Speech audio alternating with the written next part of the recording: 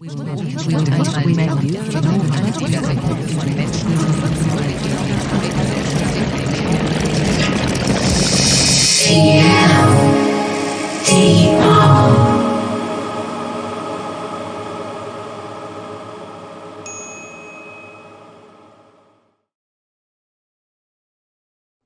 guten Morgen. Schön, dass ihr da seid auf der Republika, hier auf Bühne 8. I switched to English now because our first panel will be in English anyways. And most of the stuff we show today here on Stage 8. Stage 8 is today the, let's say, music stage, because we'll be talking about music and technology and other than other formats. We don't want to chase the hypes, but rather take a look back. Ah, super, dann musst du dir mal einen anderen Ding holen, weil die anderen haben Ton.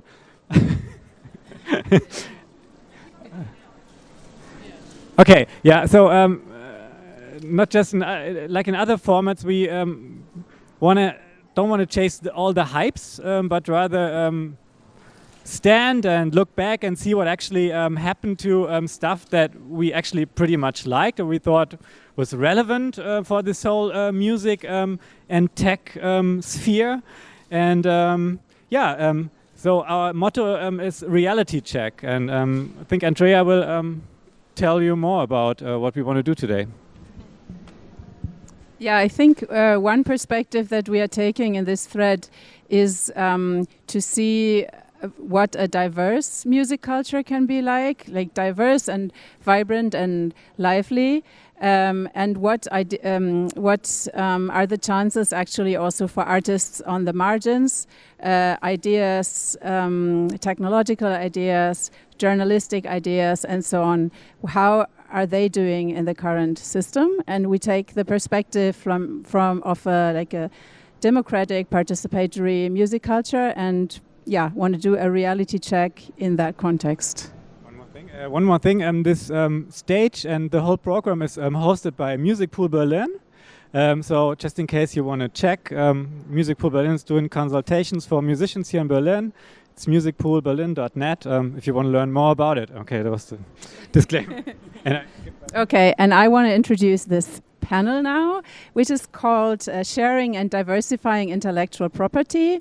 And with the discussion, you will look into copyright-based economic and organizational models in music, and specifically the perspective of artists, technologists, and listeners.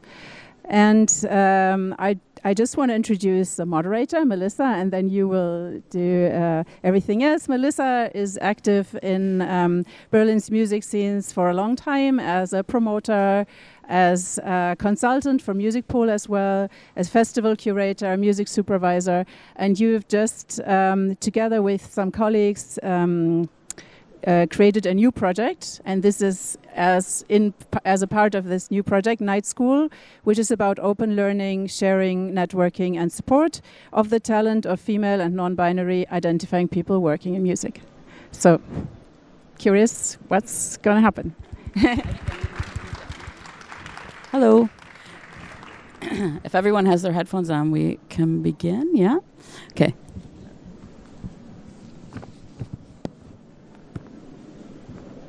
The production of culture. The production of culture.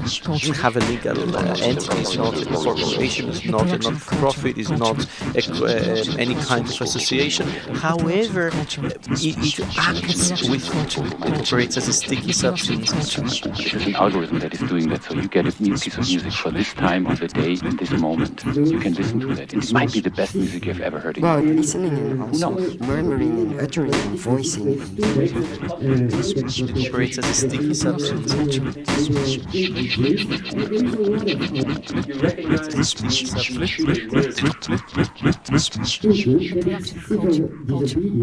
production of culture. The production of culture. That's why I'm making the proposal for the independent culture alliance. Because I think there's a problem of how to culture. Sticky substance. Not stick with conventional ideas of separation and split protected because it's monetizable.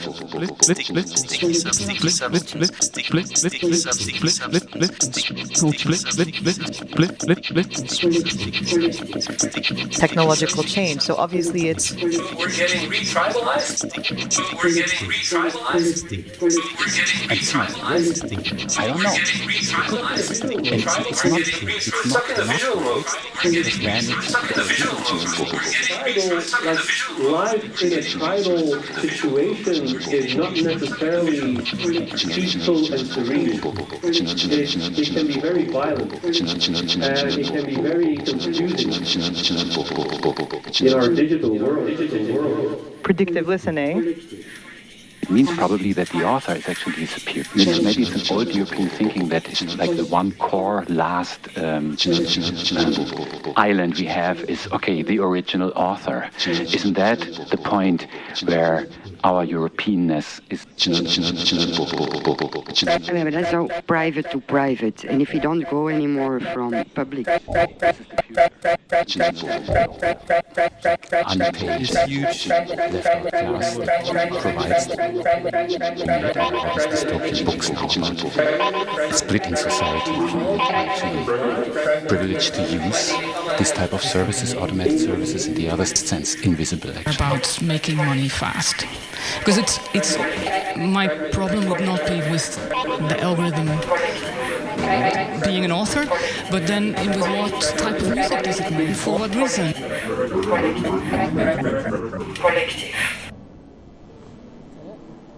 Okay. Can everybody hear me? First, thank you for Melissa here to my left, Melissa E. Logan. She put together that collage from an event that she did in November, I believe it was, last November, in Brussels, over copyright, called Split Sheets to the Streets. And we'll get into a little bit later with her about some aspects of that. Melissa is also part of artist, performer, and member of the collective Chicks on Speed and the label performance group Unicat, University of Craft Action Thought, and NGO, what was the word for culture? Sorry, excuse me. And then we'll kind of quickly go through. We have, and to her, to the left, is Claudia Schwarz. Claudia is the co-founder and vice president of Music Tech Germany, co-founder of Music Unchained, and co-founder of the creative tech catalyst Wicked Work, all based in Berlin. And Claudia is dedicated to the promotion of diversity within the creative industries, particularly of women at the intersection of music, art, and technology. And then further, here we have Ollie Zhang. They are a freelance writer, artist, and musician, currently based in Berlin.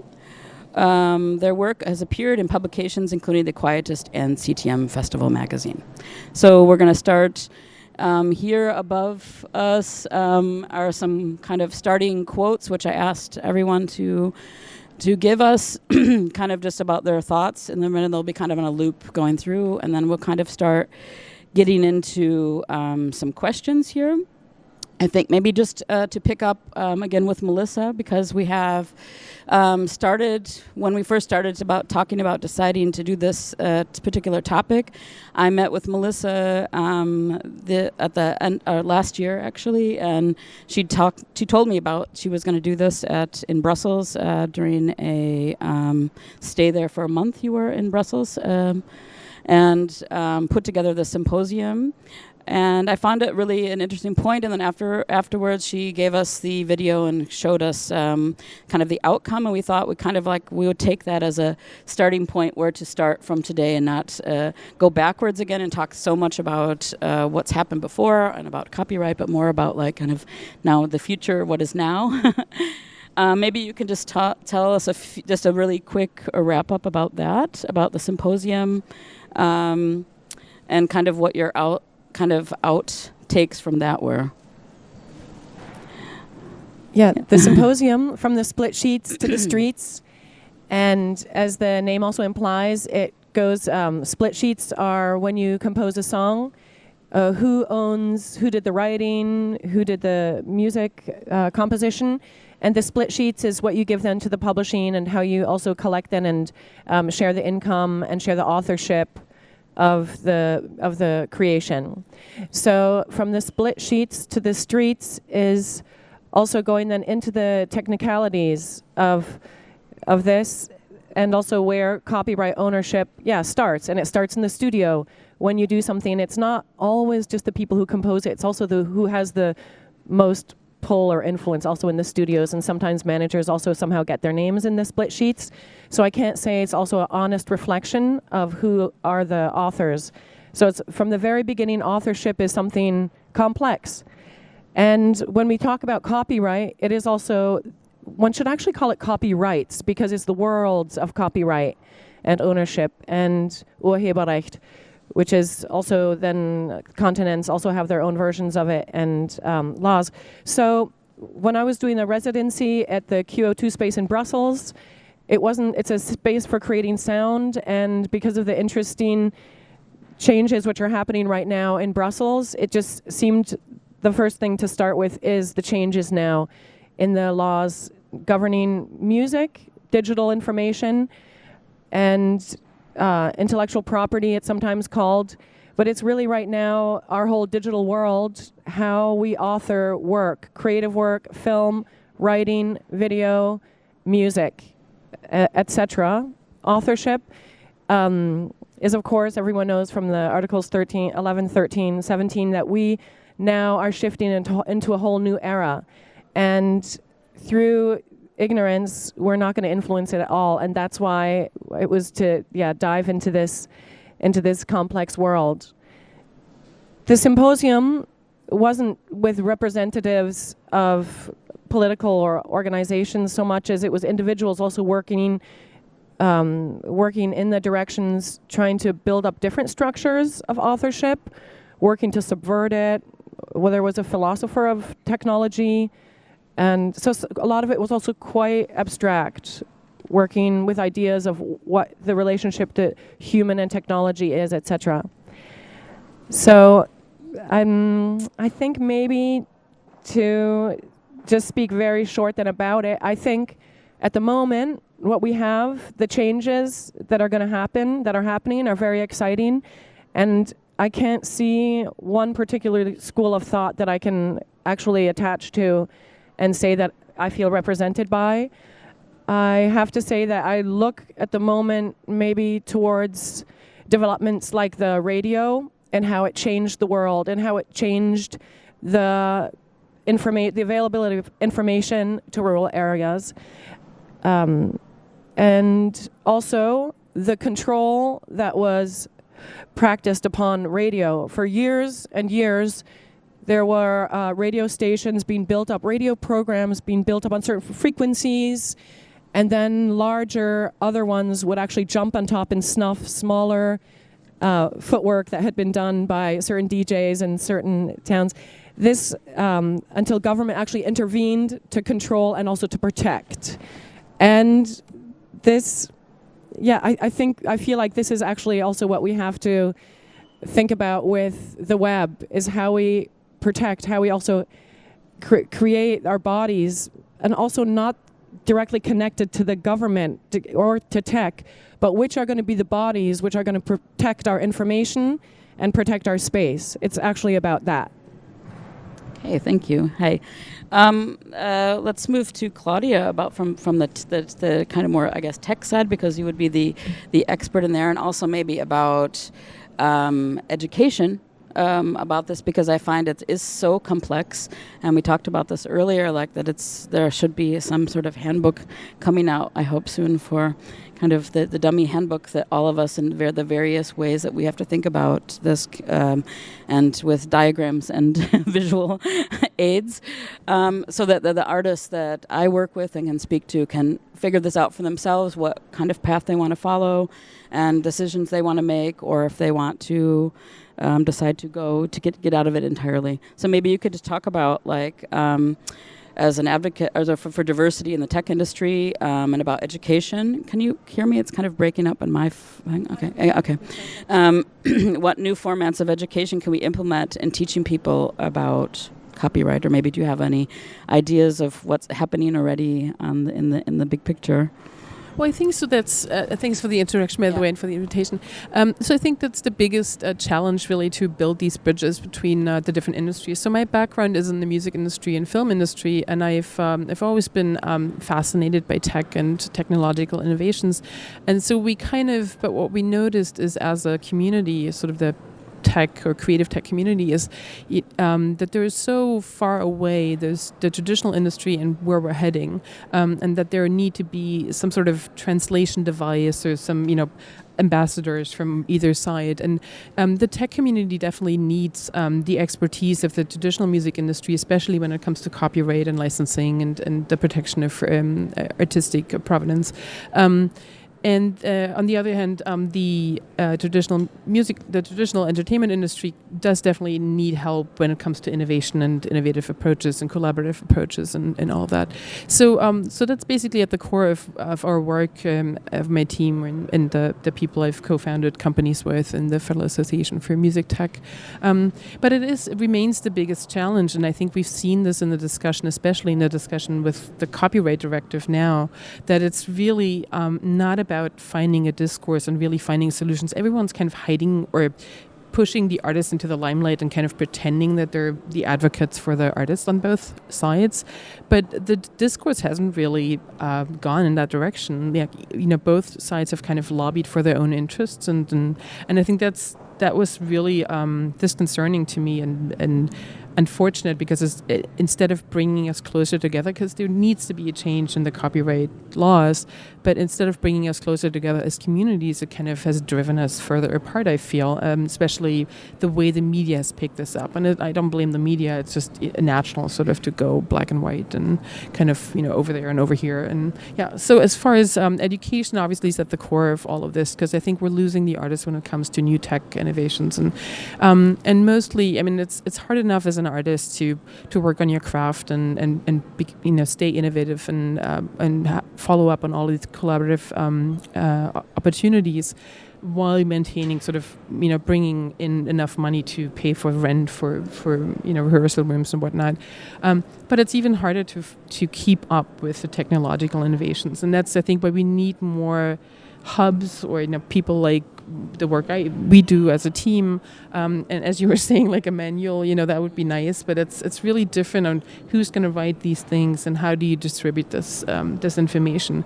So I think, so that's the biggest challenge right now, and I think the biggest threat to our creative communities, especially when it comes to diversity, is the monopolization of creative content, and that's something that scares me, really scares me about Article 11 and 13, that's something that might happen because smaller companies and smaller creative teams will not be able to follow up with the requirements of the law now. So I think that's the biggest threat, and I think that is also an opportunity for us as creative communities to come together and find a way together to actually develop tech that's at our fingertips, to make it so that we profit from it, that everyone benefits of it, creative communities and especially the artists at the core of it. So one of the tools that we're developing right now is a music tech directory, and we're hoping to publish the beta version of it in July of this year, and then the final version in the fall. So basically, what that's supposed to do on one level, what that might be interesting for this audience or for creatives in general, is to kind of be able to go to a database and enter, this is my problem, so I need to get my money faster from my royalties, and so how are there any tools out there that I can use, and like kind of type in, I want to get my money faster, I want to, I need a new channel for distribution, or and then kind of through that database find options of applications that are already on the market, and kind of. Is that based on other people's entering their own question, so it's building on that? Yes, so it's sort of a swarm intelligence-based kind of idea, but it's definitely moderated, because there's a lot of, unfortunately, the music's, I mean, startups in general are kind of a sexy space to get into, right? It's it's always nice to say, I'm a startup and we're in the tech field.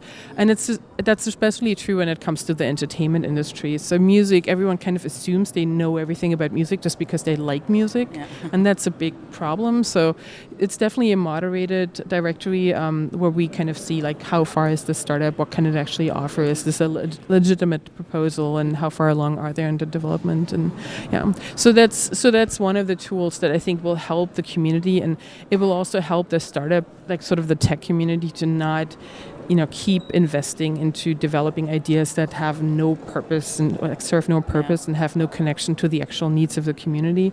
So I think that's sort of one of the things that we can offer, and that goes all the way down to finding investment. I think that's another issue, but I don't want to hog the panel. So no, but maybe you just can say again what it's going to be called, and we'll basically afterwards post this too. So like information that we kind of grab out of here. We just call it Music Tech Directory because that's just what it is. I think we don't need to come up with a fancy name for it. But we might. I don't know. it's my co-founder's Matthias's sort of baby. But we're working on it as collaboratively. So I think that could be a good tool, but I think we have to find ways of getting support, financial support, to offer more of these workshops, and there are a lot of funding tools out there for artists to support their touring or whatnot, but production of albums. But I think it really there needs to be some sort of structure that is crossing disciplines to help keep them in the loop of what's happening and what the opportunities are and what the opportunities for monetization are. And definitely that would be great. I mean, it sounds already good for me that I could suggest this to the musicians I work with. I would like to move on to Ollie, because as Ollie, you've worked in organizations also trying to kind of rethink, I would say, music distribution. And there's challenges and that these innovators face to make a new platforms of distribution. How do you, as a writer or producer, like how did you see that when you were working inside of like this kind of new organizations for rethinking music? I think, kind of like Claudia mentioned, a lot of people who are into music think they know the industry very well, but I think in reality that a lot of, like, say, copyright law is just simply really inaccessible to a lot of people, and I think its relevance has changed a lot over the past decade or two, and I think it's struggling to keep up with the ways in which people consume and listen to music change. Say, like, a lot of the people I know, a lot of my friends are musicians just starting out. Maybe they have like a release or two under their belt, but they don't understand how a collection society is gonna help them, if it might at all. And so, in an age where people have gotten used to not really paying for music, it becomes a really difficult question of how they're going to be able to live off of what they do. And so, it seems that copyright law there's a massive disconnect between them and a lot of the people who are making music nowadays. Okay. I just want to also, like, the quote that I found that you had written in the CTM magazine, I liked a lot. I will read it out here aloud. In a landscape where music is content and content is free, when many can't afford to pay and many don't want to, it becomes more difficult than ever to build a healthy art scene that isn't run by or for those who are independently wealthy. After the era of work of art and the age of digital piracy, what is left to do? So it's kind of a little bit like what you're discussing. I think that's like very true, and it's nice that I think artists also speak amongst each other and talk about actually how, I mean, not to say that we have to like form unions and stuff now, but I think that there has to be more information, maybe places like Music Pool where we work, that we can, through what we're doing, and everyone, or whether it's like different platforms that are trying to get the right information out there, and that people can make the right decisions for themselves and how to think about that. I know I would like to ask Melissa at this point, I guess, also because like you're like the two of you, I would say, at different stages, and maybe that are in a group of people that are at what part in your career, like the beginnings of careers, or like that you've had now like some years to kind of deal with this old system and now into the future, what would be your thoughts on that, like where you started from? Because I know that like we talked before on your project, like Chicks on Speed started kind of in a way. Maybe you can just give that little like anecdote to that, because I think that's interesting to this conversation. Chicks on Speed started as an art project, and we read the manual, and it was How to Make a Number One the Easy Way by Bill Drummond, and it was instructions, very specific instructions of which mechanisms one used.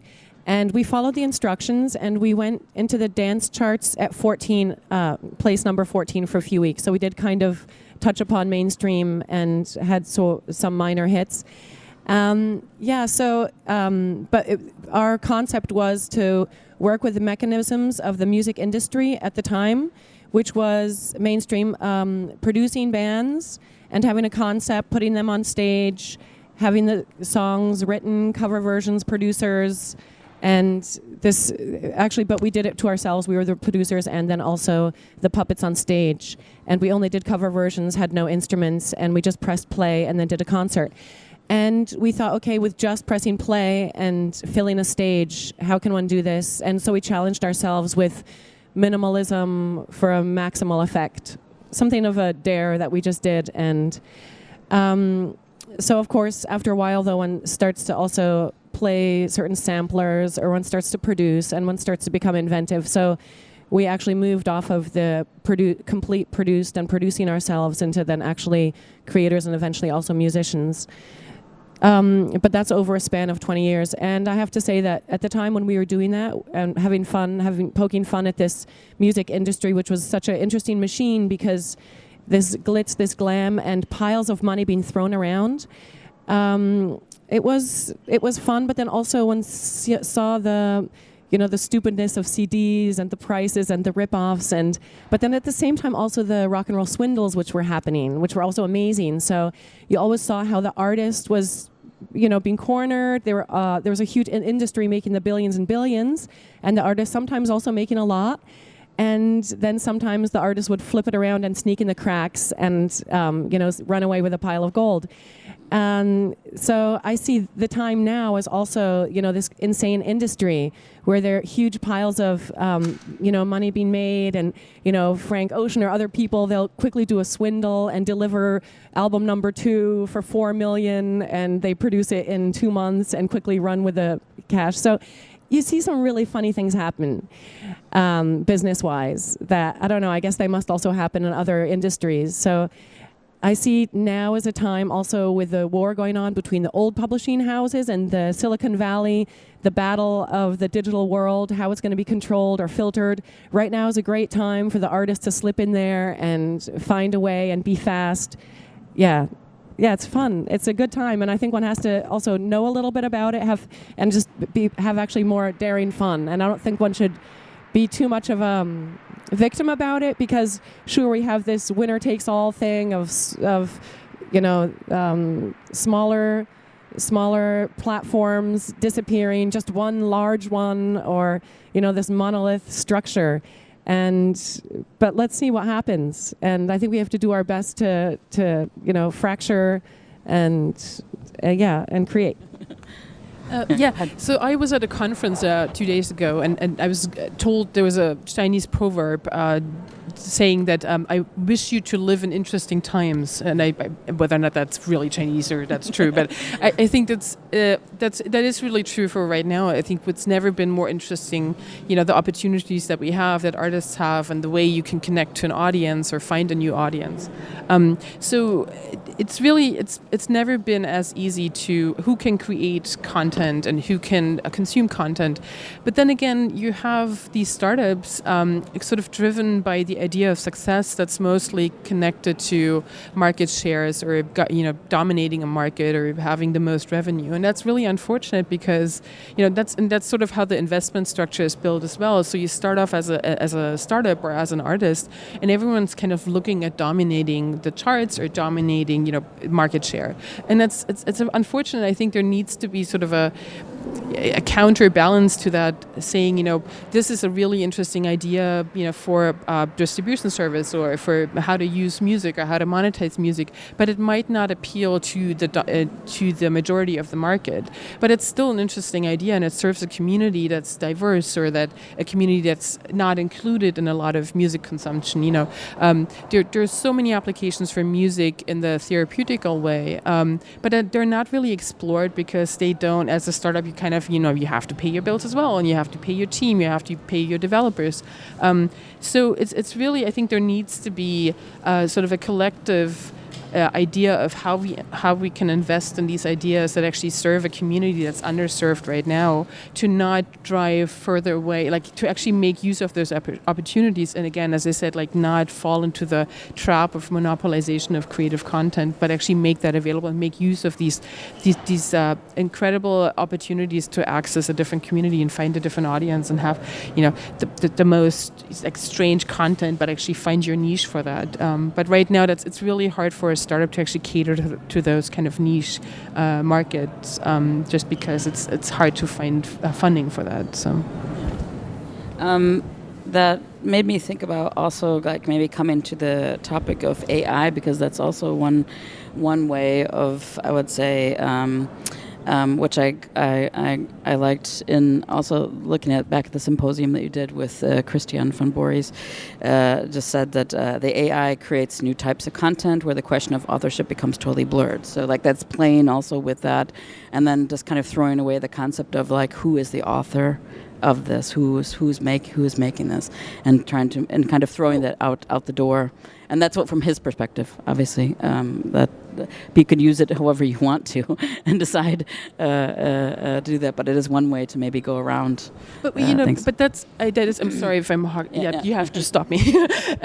That is a real challenge right now to like sort of historically, and this is one of my quotes. They were running through pretty quickly, but so historically, sort of we as an industry have always followed innovation and kind of not proactively kind of driven innovation, and that's a real problem, especially when it comes to artificial intelligence and all of the questions that are related to bias technology as well. So I think this is an opportunity for us as a community, especially artists, to not necessarily politically, but sort of as a community, kind of say, listen, we want to like drive this innovation. We want to co-create the innovative future, the future of innovation, and not sort of always be victims, as Melissa was saying. And that's a real and you were saying like the authorships lines are being blurred, but that's if we don't step in and now find some sort of agreement, as communities to regulate how artificial intelligence is going to, be implemented in our lives, that will be a missed chance. And then, who will be deciding like the rules there? So I think that's really, we need to step up as artists. And I know that's hard because artists are mostly focused on their work and developing as an artist, but that is part of the new identity of an artist now as well, I think, to be part of that change. Maybe you want to comment out. Yeah, I think that's a really interesting point, because right now I feel like there's a lot of, fear and anxiety around the emergence of AI and the role it's going to play in music. Like, a lot of people are afraid of obsolescence, and understandably so. But I think kind of if you consider, like, historically, every time a new technology has emerged and completely reshaped the way we think about or play music, there's been a lot of fear around it. But then people have adapted to that and then come up with new ways of being creative with that technology. Like when vinyl DJing first became a thing, so many people were like, oh, it's not real music, afraid of the lack of like a band or like real performers per se. But of course that quickly evolved into its own like art form. So I think that in the next however many years we'll see a lot of new ways of engaging with AI in a creative way emerge, kind of like what you might see like Holly Herndon doing now, or actors in Young Paint, etc. Yeah, with AI, then actually the AI composers, when you use the apps, then you're training the AI at the same time. So I just have problems with a company which owns the software, and then as a musician, I'm training their AI to, like, I'm teaching it. So, but at the same time, I have to subscribe to the AI composing app. So it's like, it's a very strange loop that I feel like the AI composing is in. And as long as the archives of sounds are good, And the sequencing is great. It works so well. And yes, it's the future. It's here. It's amazing. And I see it, though, as something that there's definitely like a power problem actually with ownership and copyright. It's so interesting because then if you then as a composer are training it, then how much of it, what it makes later is actually, it can't just all belong to the tech company that developed it. Okay, but that's like a whole world, a whole door to a whole universe that's somewhere that's coming at us very fast. And I see the comparison to the AI composing to connect with this new technology is Susan Sontag wrote the book on photography, and it's how photography freed up painting and freed up fine art basically. When portrait painting didn't belong to the genre anymore, the documentation of the everyday, then fine art made an advance in leaps and bounds like it hadn't known for hundreds of years. So because it was freed of documentation, photography overtook that section of it. And I see that is also going to happen with music and composition of music, that the utility that music does as an illustrator of videos, as an illustrator of film, a very important illustrator, but it's serving a purpose. And when this is freed, I see also that music is going to become a completely new genre. Just another point to the AI and how you train it, right? So I kind of am afraid of how it's being trained is going to be on a canon of, that's not very diverse, because, a lot of companies kind of look at the back catalog of the, bigger artists. So, and a lot of the bigger artists were white and male, and, so it's really interesting. I think it's so important to have these different voices when we train AI now, like what music can sound like, and, same with pictures and images. So I think it's really important that we, as the entire community, engages and, doesn't let the new forms be governed by the same sort of narrow view on what an artist looks like. Again. Yeah.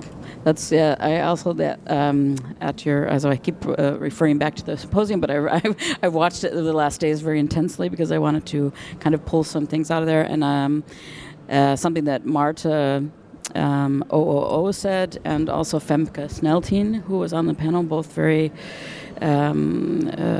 great talks. Marta asked, is copyright the way to support artists? That's kind of like was the beginning kind of thesis or theme of the symposium.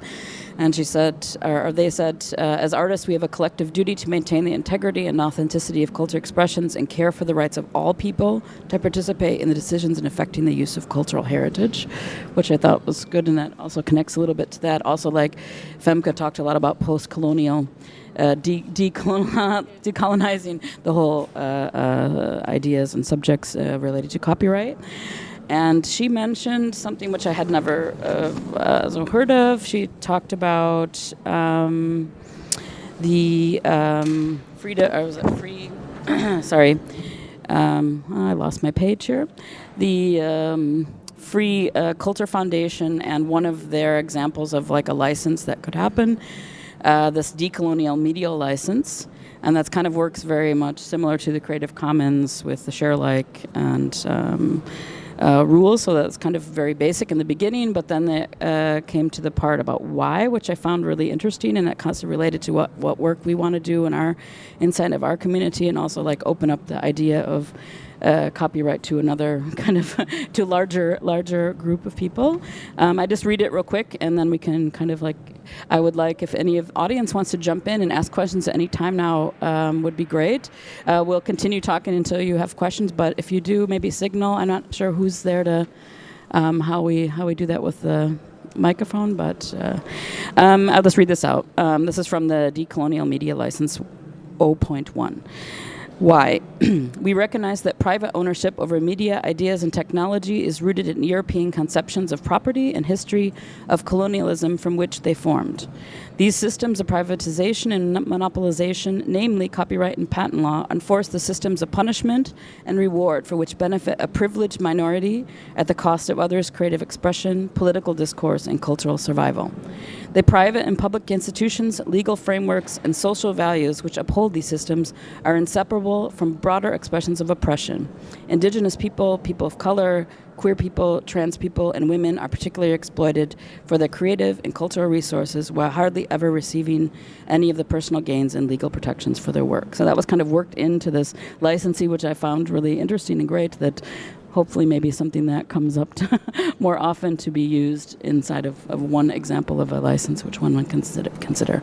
Maybe you guys have thoughts about the licensing also to that? Or Yeah, I think that's a really interesting point that's not really often considered. There was this podcast I was listening to that was talking about the kind of racialized dimensions of copyright law and say like historically it's very much emphasized protecting melody, which is such a central part of like European music, whereas those same protections didn't really extend to rhythm, like complex polyrhythms, etc., which is, of course, historically, a really big part of a lot of African music. So there's always been this kind of angle to it, and to kind of understand copyright law as being this like neutral thing is a massive mistake. So it's quite important to highlight that, I think.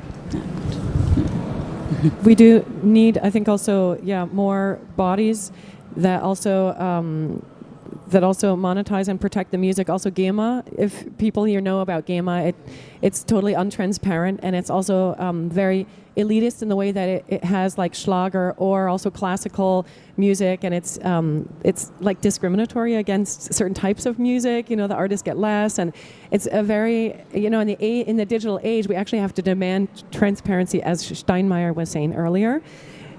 Transparency is definitely a great start. And, if GEMA cannot do it, then I think we should just have alternative. There actually is an alternative one that I think we should just make campaigns actually to switch and say, okay, GEMA, it's a little bit lame if they can't provide that. And we should have the means to just then move on to another collecting body and not give them so much power. I mean, we are talking about billions and billions of euros, So you have, in music anyway, it's a strange thing because you have it as such a beautiful craft, and you have the one side, the actual creation part, and then you have the market side. And one does not justify the other, actually. They're two different things, making amazing music.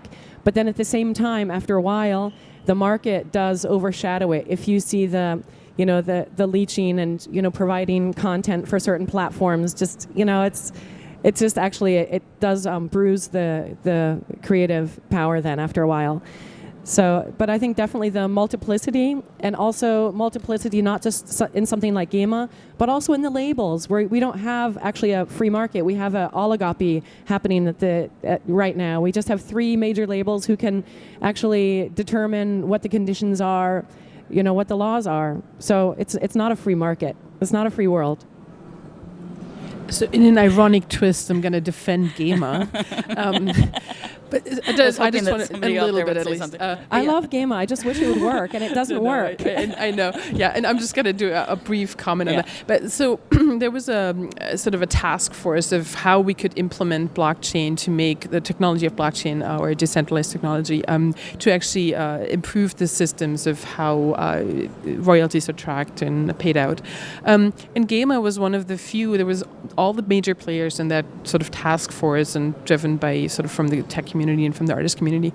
And GEMA were the only ones who were ready to sign on the dotted line and say, we're going to bring in money to develop this idea and explore how we can actually use this new technology to work into our systems. And everyone else was kind of like, let's see what the other person's doing. So that's my short defense of GEMA, that they're actually trying, but this, compared to how sort of old and dusty their organization is, they're actually trying harder than, let's say, the major labels who are a lot more agile and younger and in their structure. So I think, and again, like this is really about like who runs the best media strategy, and like and then comes off like to the public and to the artist community as like, this is the person I'm gonna get behind, or this is the entity I'm gonna get behind. So, but again, like I wanted to stress this point of that copyright is not really the problem, but licensing is, it's really a question of licensing. So everything's possible, and monetization is technologically possible to actually work in favor of the artists and actually support careers, but we need to apply these technologies to what we need as artists or as a community. And how we make that bridge and how we make that leap, that's the big question. And if we don't push for real solutions as a community together, and I always include artists and developers and everyone else, like if we don't demand that as artists especially, like it's just not going to happen on its own. So that's really what it's all about, and it's a beginning to go and protest against the copyright directive just because it's not really detailed enough on how that's going to be implemented, what the major idea was, but that's a start. But it's about education of artists and really coming together and as communities to push for those new licensing models. Yeah, definitely. I mean, sign us up when you're doing your next event, your next music tech event. I'm sure there's be a lot of artists out there that would be interested. I mean, definitely I would try to get some people there. I mean, I think it's agreeable. I think we have to come to the table together. We have to talk about it and find out like ways for which we can go forward and that people can actually live on what they're doing and decide how that is going to look like. So to that point, just real quick, there are so many startups out there who have ideas but don't really know if they work. They kind of want to develop a proof of concept, but they need artists and they need creators to actually, really understand. Do they know that though? A lot of them do, or we tell them to, or So, but the artists don't have that connection to that community. Yeah, so absolutely. So that's what we're trying to establish as well, to kind of bring together artists and developers to really, make them understand what their needs are, what the solutions could be, and kind of co-develop and collaborate on these ideas. But that's something, a lot of artists, especially in the field of new realities, so a lot of AR, that's really interesting in how to market your music right now and like find new audiences. It seems so far away. And like a lot of artists, I think, don't have access to this tech and don't know how to get there and don't know how to, or believe that they need a big budget to make use of these technologies. But it's really, as an artist, I can only recommend like write to these startups, write to these applications and just say, I'm an artist, is there any way we can collaborate? And I'm contributing my creative content and you can help with your tech. And that's happened, that's sort of sparked more creative collaborations than you would imagine, I think. And that's something that artists, I think, need to understand as well. Just reach out and say, I don't have the budget to afford this technology, but I really want to incorporate AR or VR in my music or my music into VR and AR. And then there's a lot of support because, again, like these applications need creative content to actually work and make a proof of concept. So that's just a recommendation for artists who might be in the room to go for that and just say, listen, my creative content has worth. Yeah. You want to say something? Yeah. Basically, I wanted to make a test how questions actually work in the system. Yeah. But I was just wondering, so we were talking about about collecting societies as one entity that might be in charge or to push some things, or we want to delegate to them at least. One comment, I think SACEM, for instance, the French collecting society, was also experimenting with blockchain, so it's not only GEMA, just to make this clear. Yeah.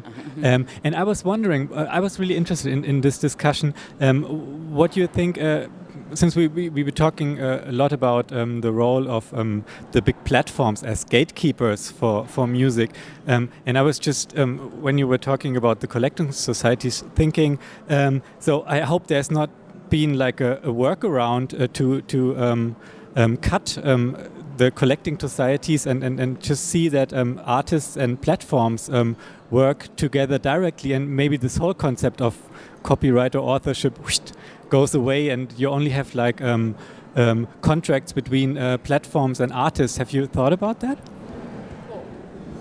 Not only thought about it, I mean, this is what Spotify for Artists is, right? So, but again, like what it goes to show, it's so funny, like there was an outrage in the media kind of saying, oh, Spotify is now, pretending to be an artist manager. And it's like, well, nobody else is stepping up, right? So, I mean, like nobody else is challenging the big three or the big four, or whoever you want to count into that. And that's, again, like the monopolization of creative content and innovation. And we need to unless we step up, like that's what's going to happen. Like right now, the major investors in startups in that field are the companies who actually, the Amazons and the Spotifys, and it's not the labels, and it's not the Merlins, it's not the Faute, So, and I'm not only talking about financial investment, but also it's just like knowledge, right? So. And that's unfortunate. Like it's just they're missing out on the opportunity to become part of that ecosystem. And we've seen this with, when Napster came on the scene. The only reaction that they knew what to do is to sue them into the ground, and it's just ridiculous. Like it's within 2 years they had 80 million users, and this is at the turn of the century. So this is 1999, 2000, 80 million users. I mean, who had 80 million users back then? It's just ridiculous. But that's the only way they knew how to react to it. And the next step was a company like Apple stepping up and bringing on iTunes onto the scene, and that was it. And that could have been a chance for the community to own a platform. And that was missed. And not only, you could say like this is like almost 20 years ago, but it's happening over and over again. It happened with streaming, and it's going to happen with AI as well. So I think that's the big challenge, that we need to step up and not complain about companies becoming artist managers. Yeah, but we also see interesting things happening with the digital world. We see also, I don't know, I think of like Lanier, this book, Who Owns the Future? And just the ideas of how actually we need regulation, and how the system of winner takes all is actually like this snowballing effect that works in a lot of things with sexism or racism, or this like like ISIS online and all these like the shock value of things, the memes, how these snowball and get so large, and then a lot of things also then go under. That it's a time actually to examine what we have there, and how we actually control and make sure that it actually is diverse, and that it's not that it's not crushing. So it's not free. That's all that I want to say. Like it's not free. It's like in the if you have like a society where everything's free, like how New York used to not have policemen. It was a nightmare. People talk about a control society with too many cops, but when there were no cops in New York, it sucked, especially for women. And never mind. I had a point just to kind of jump back to what you're saying about needing to kind of step up. I think also just in the current climate, it's becoming more and more difficult for alternatives to kind of develop to the point at which they become viable for like a large section of the music industry or whatever, because nobody's going to have the same resources that Spotify, Amazon or Facebook or whatever do. And I think the kind of reliance is just it's like a feedback loop. We're all reliant enough on Facebook that people need to pay for ads on Facebook instead of putting that money towards like a print publication that's actually engaging with the culture.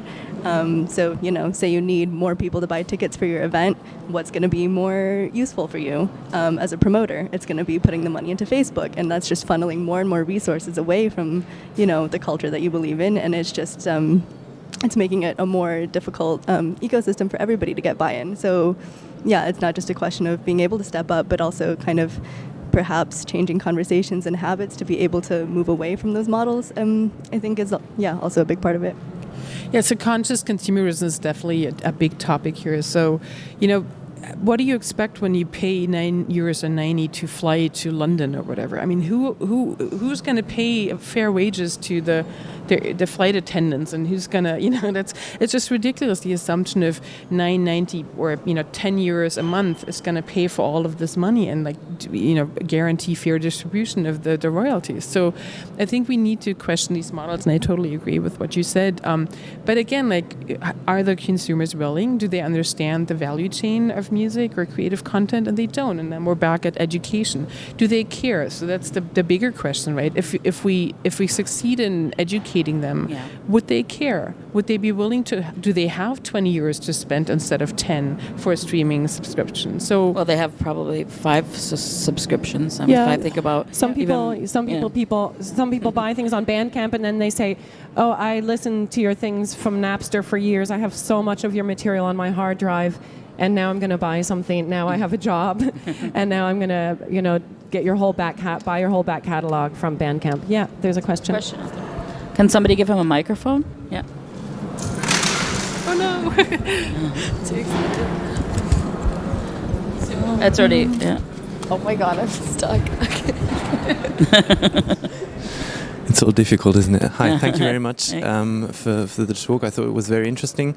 We've crossed various topics, and I would like to bring it back to what I believe is a fundamental thing that should be mentioned here.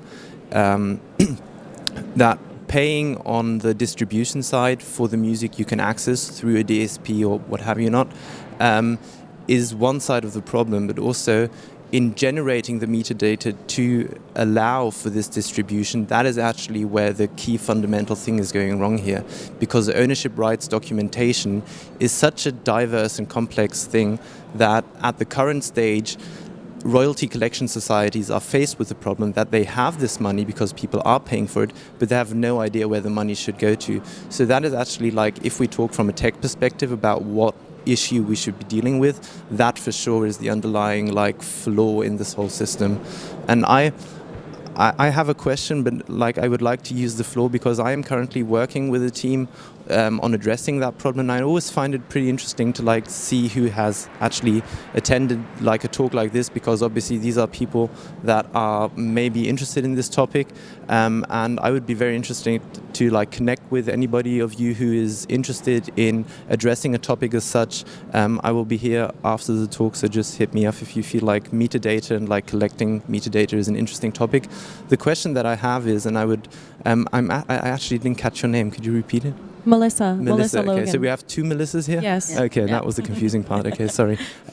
You mentioned, hang on, that the problem wouldn't be copyright, but it is licensing. Could you go deeper into like what you feel the problem about licensing is? Yeah, that wasn't me. Was that you? Claudia. Yeah, sorry.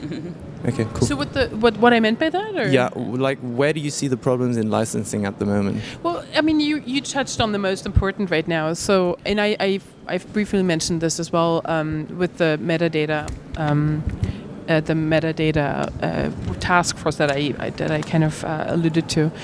So that's definitely an issue of collecting and making sure that we correct the mistakes that have been made in these databases. And right now we have, I think, 150 different collecting societies databases, and very few of them talk to each other as databases, not the people, but like the databases. So it's really hard. There's so much room for human error to get the information wrong. So this is why a lot of this money is parked somewhere. And Melissa, I think, has addressed this in her at the symposium with the splits from the split sheet to the street as well. So so licensing, the copyright issue, it's not that these services, a lot of the services are not trying to avoid copyright or fair, transparent payments, but it's just a question of how they get the licensing done.